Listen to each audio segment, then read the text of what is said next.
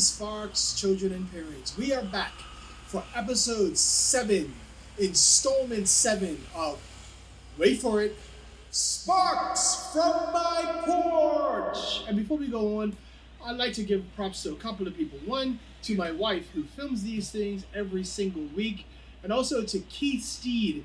He's the one who you see who has given me my theme music and also made that little cartoon picture of me go like that. But then Alana Simmons is the person who, you see my slide and that little cartoon figure of me. She is the one who made all of that. So big ups to all our production people making me look good. Keith is also the one who makes my voice echo with Sparks from my Porch. Thank you all for what you're doing to make this thing a little more interesting. So in installment 7, we have a new word that we're going to consider, and that is, well, I just said it actually. We are people who are considerate. We are people who are considerate. And we're not even going to have a definition because we're just going to use our verse this week as our definition.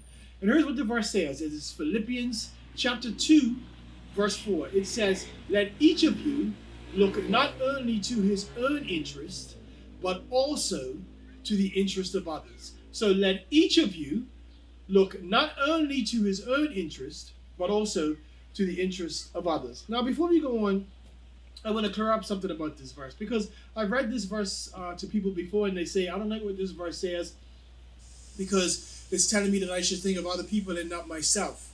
Well, the verse never says that.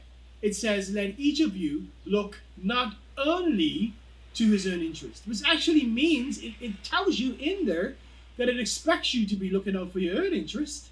But it's saying if you become a person who just looks out for your own interest and not the interest of others, that is not going to be growth for you. It is not going to allow you to be a productive member of society. So the verse is never saying not to consider your own interest. It's saying just don't be a person who only considers his own interest. I just want to make 3 quick points around this whole thing. What we just read in that verse is what you and I expect from other people. Think about it. Have you ever had an issue and you went to talk to somebody about it? Well, if you went to talk to somebody about the issue you had, you know what you're expecting?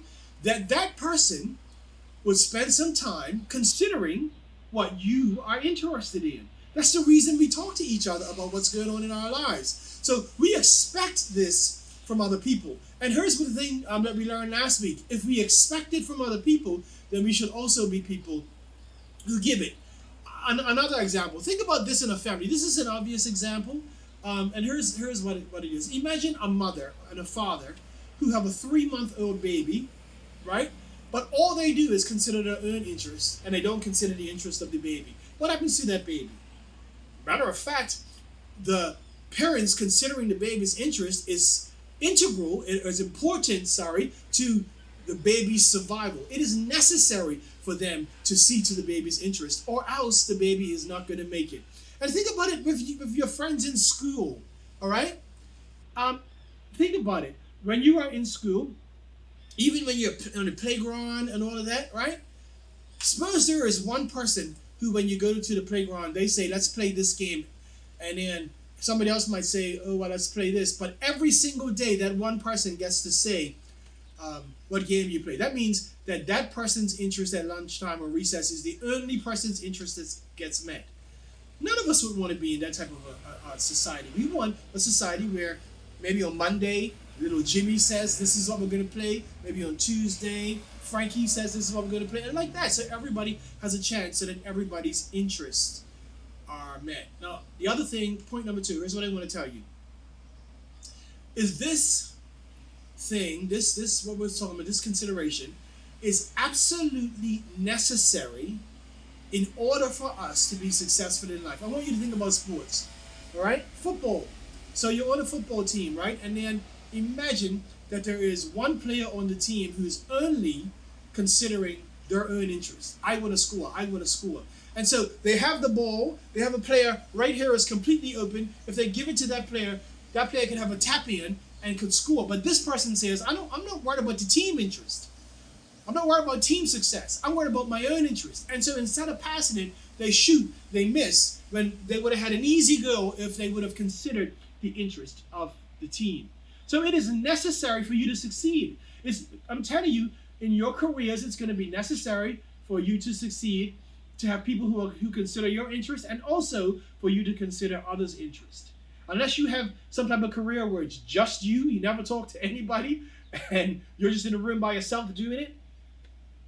But other than that, this thing is absolutely necessary for success, okay?